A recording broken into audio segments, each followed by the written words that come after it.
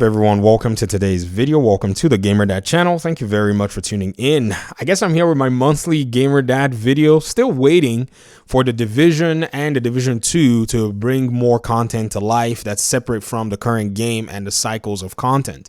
So thank you so much for those of you who are still subscribed, who are still keeping in touch. I really do appreciate it.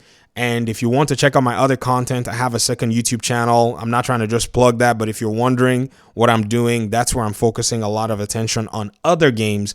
I wanted to make sure that the Gamer Dad channel is still a Division hub as time goes on. So what's actually on the order of the day? Well, the day before, this is the game that a lot of people in the Division community have been looking forward to. Some people had said that they didn't think it was probably going to be a reality. Some people thought that, it was going to be a game that gave them a little bit to play, or maybe came in to compete with the attention that the Division actually had from its community members. Now we're hearing some news. There's talk. There are different things regarding the day before, talking about possibly the game not being a real game. This is a very interesting perspective, and I wanted to go ahead and talk about why the Division concept as a whole is very, very challenging to execute, and why a lot of companies who are trying to make an action RPG like the Division are not necessarily successful because they're missing out what's very essential to Ubisoft's creative process.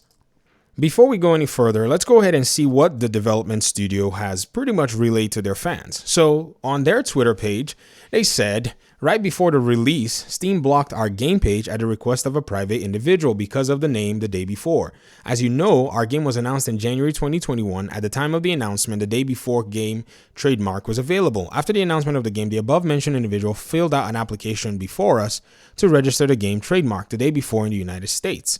So previously, we were not aware of the existence of claims. We found out about this only on January 19, 2023, when we received a complaint from him and a request to contact him. Now we'll find out all circumstances and incident, and we'll definitely solve everything. So they're basically saying we planned a lengthy gameplay video this month, but we'll have to sort this issue first, and we'll post a video ASAP. As a result, we've made a difficult decision to postpone the launch to November 10, 2023. We understand this may disappoint our fans.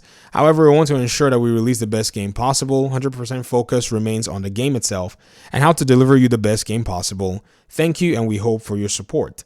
Now, contrary to what a lot of people are saying, I think the day before is actually a real game. I think people still don't necessarily know that it's actually a real game in what was presented. Now, is it a real game in the measure of what's being promised? That's the question that I think people need to pretty much go ahead and clarify and separate. The game is somewhere. All of the footage that we've seen, all of the trailers that we've seen, the gameplay that we've seen was actually simulated on some machine and played. It's not something that they could have just sat down and make animations move left and right, or maybe it would have probably been something they had to pay a production team a high amount of money to make something in sense that's fake in that, that and looks like that. So I'm not in a position to actually say that the day before is not a real game. What I would say, however, is because this game is trying to copy other ambitious AAA titles, there is a big piece missing, and that is the depth of the game relative to the time the game has been in development. So what I mean by that is, if you consider how long it took a studio like Ubisoft Massive, how much of resources were spent to make a game like Tom Clancy's The Division 1, you'd realize that the day before has not, in my opinion, used that much time to create its game to provide a lot of depth. A lot of what we've seen seem to be staged in a sense to give the illusion of a game that has a lot of detail and depth and content, but I don't think they've had enough time to be able to flesh those things out. So what you will probably see is a game that has a pretty look, that they provide a shell in terms of, how the game is presented. But if they were to release the game right now, it would probably be very, meager in terms of how much its content pieces are available for players to play. In fact, right now, there are still arguments. There are still all kinds of different contentions as to whether this particular trademark thing is actually the problem. Because within the community, within its own community managers and people close to the project, there's still disputes going on. IGN reports that the day before devs say the delay was planned before the trademark dispute, and then they decry claims, that it's a scam. So there are all kinds of different things going on as to how things are going. And I think what's probably happening right now is also the gaming landscape is changing.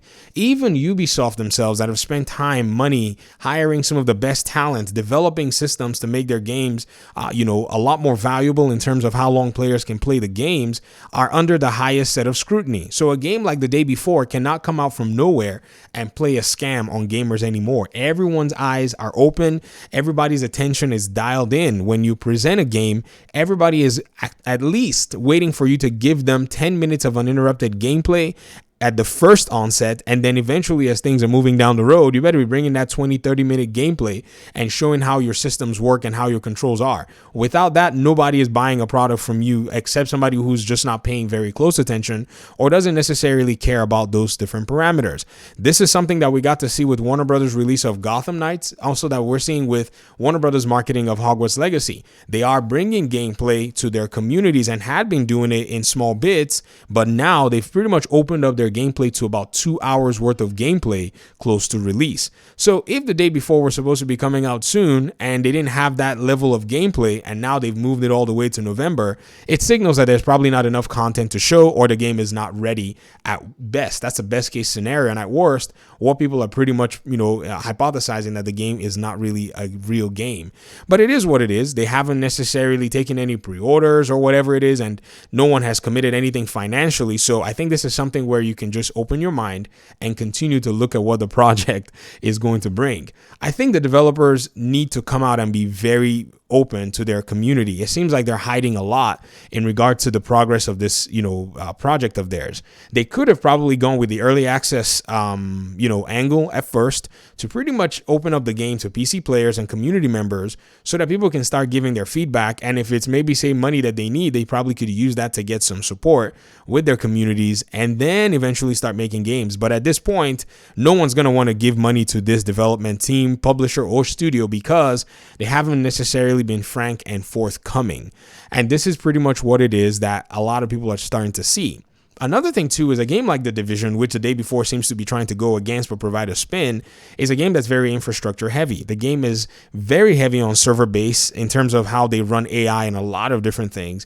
And this studio and this development team have not shown that they have the investment that's going to pretty much give them this level of infrastructure that's needed to run and power a game like this. So where are they getting their funding from? And whoever may be funding them probably is not putting the funding in what needs to, pretty much carry a video game like this.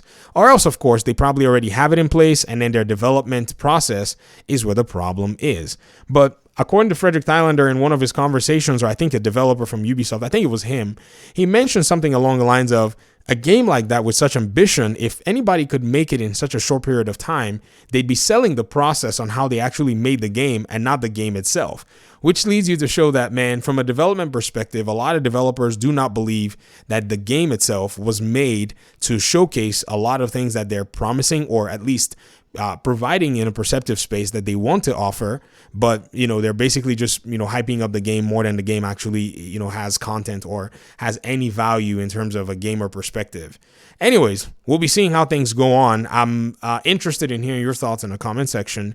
Let me know your thoughts, and hopefully we'll talk pretty soon in another one. Hopefully not in a month. Peace out.